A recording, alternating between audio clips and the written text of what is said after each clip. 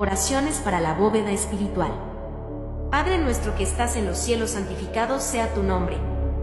Creemos en vos, Señor, porque todo revela vuestro poder y vuestra voluntad. La armonía del universo, testigo de una sabiduría, de una prudencia o de una previsión, que sobrepujan todas las facultades humanas. El nombre de un ser soberanamente grande y sabio está inscrito en todas las obras de la creación, desde la hebra de la más pequeña planta y desde el más pequeño insecto hasta los astros que se mueven en el espacio. En todas partes vemos la prueba de una solicitud paternal. Por eso es ciego el que no os reconoce en vuestras obras, orgulloso el que no os glorifica, e ingrato el que no os da gracias. Venga a nosotros tu reino. Señor, habéis dado a los hombres leyes llenas de sabiduría que producirán felicidad si las observasen. Con estas leyes harían reinar entre ellos la paz y la justicia. Se ayudarían mutuamente en vez de perjudicarse como lo hacen. El fuerte sostendría al débil y no lo abatiría. Evitaría los males que engendran los abusos y los excesos de todas clases.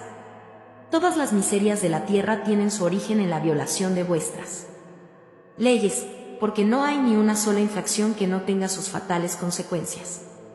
Habéis dado al bruto el instinto que le traza el límite de lo necesario, y maquinalmente se conforma a él, pero al hombre, además de su instinto, le habéis dado la inteligencia y la razón. Le habéis dado también la libertad de observar o de infringir aquellas de vuestras leyes que le conciernen personalmente, esto es, de elegir entre el bien y el mal, a fin de que tenga el mérito y la responsabilidad de sus acciones. Hágase tu voluntad, así en la tierra como en el cielo. Si la sumisión es un deber del hijo para con su padre, del inferior para con su superior, cuanto más grande debe ser la de la criatura para con su creador. Hacer vuestra voluntad, Señor, es observar vuestras leyes, y someterse sin murmurar a vuestros divinos decretos. El hombre se someterá a ellos, cuando comprenda que sois origen de toda sabiduría y que sin vos nada puede. Entonces hará vuestra voluntad la tierra, como los elegidos en el cielo. El pan nuestro de cada día, dadnosle hoy. Dadnos el alimento para conservar las fuerzas del cuerpo, dadnos también el alimento espiritual para el desarrollo de nuestro espíritu. El bruto encuentra su alimento, pero el hombre lo debe a su propia actividad, y a los recursos de su inteligencia, porque vos le habéis creado libre. Vos le habéis dicho, extraerás tu alimento de la tierra con el sudor de tu frente.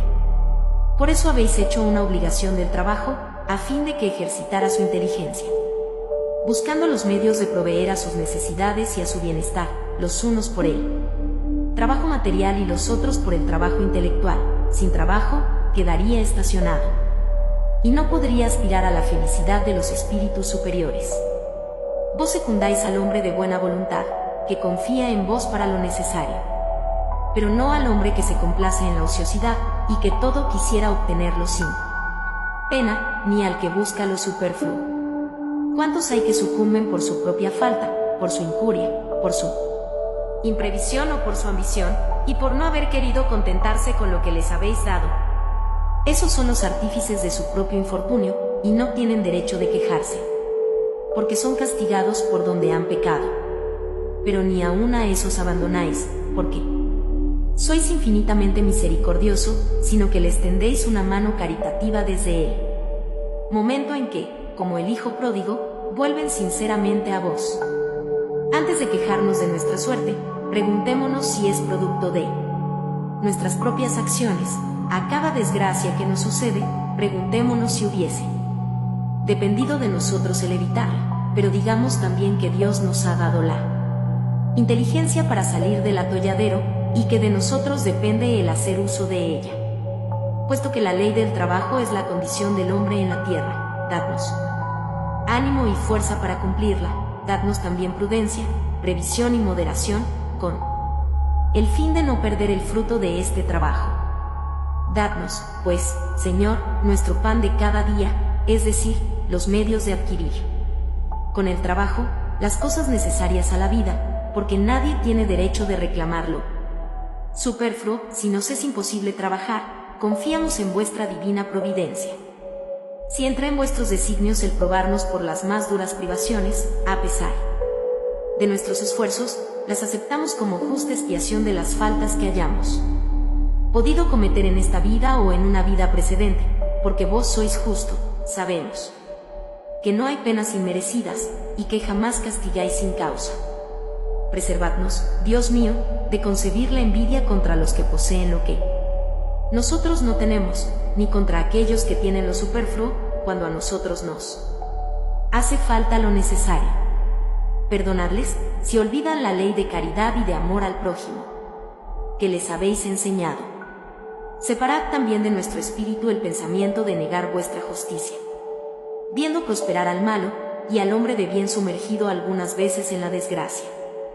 Gracias a las nuevas luces que habéis tenido a bien darnos, sabemos ahora que vuestra justicia se cumple siempre, y no hace falta a nadie que la prosperidad material del mal es efímera como su existencia corporal, y que sufrirá terribles contratiempos, mientras que la alegría reservada al que sufre con resignación será eterna.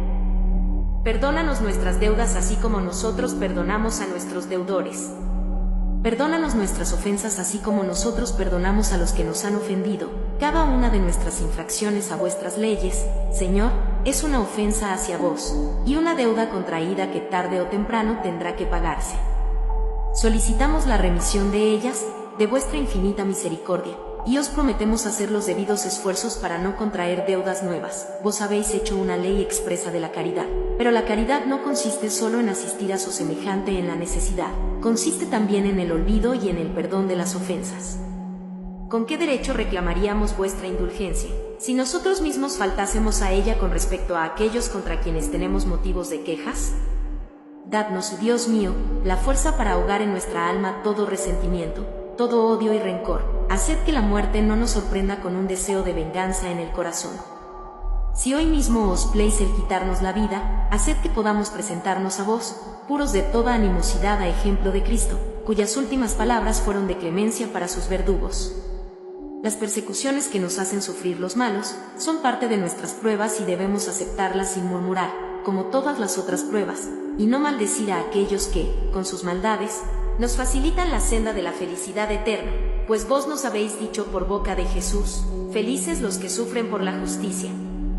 Bendigamos, pues, la mano que nos hiere y nos humilla, porque las heridas del cuerpo fortifican nuestra alma, y seremos levantados de nuestra humildad. Bendito sea vuestro nombre, Señor, por habernos enseñado que nuestra suerte no está irrevocablemente fijada después de la muerte, y que encontraremos en otras existencias los medios de rescatar y de reparar nuestras faltas pasadas, y de cumplir en una nueva existencia lo que no podemos hacer en esta para nuestro adelantamiento. Con esto se explican, en fin, todas las anomalías aparentes de la vida, pues es la luz derramada sobre nuestro pasado y nuestro porvenir, la señal resplandeciente de vuestra soberana justicia y de vuestra bondad infinita. No nos dejes caer en la tentación, mas líbranos de todo mal. Dadnos, Señor, fuerza para resistir a las sugestiones de los malos espíritus que intentasen desviarnos del camino del bien, inspirándonos malos pensamientos. Pero nosotros mismos somos espíritus imperfectos encarnados en la tierra para expiar y mejorarnos. La causa primera del mal reside en nosotros, y los malos espíritus no hacen más que aprovecharse de nuestras inclinaciones viciosas, en las cuales nos mantienen para tentarnos. Cada imperfección es una puerta abierta a su influencia, mientras que son impotentes y renuncian a toda tentativa contra los seres perfectos. Todo lo que nosotros podamos hacer para separarlos es inútil, si no les oponemos una voluntad inquebrantable en el bien, renunciando absolutamente al mal. Es, pues, necesario dirigir nuestros esfuerzos contra nosotros mismos, y entonces los malos espíritus se alejarán naturalmente, porque el mal es el que los atrae, mientras que el bien los rechaza. Señor, sostenednos en nuestra debilidad, inspirándonos por la voz de nuestros ángeles custodios y los buenos espíritus, la voluntad de corregirnos de nuestras imperfecciones con el fin de cerrar a los espíritus impuros el acceso a nuestra alma. El mal no es obra vuestra, Señor, porque el origen de todo bien, nada malo puede engendrar. Nosotros mismos somos los que lo creamos, infringiendo vuestras leyes, y por el mal uso que hacemos de la libertad que nos habéis dado. Cuando los hombres observen vuestras leyes, el mal desaparecerá de la tierra como ha desaparecido de los mundos más avanzados.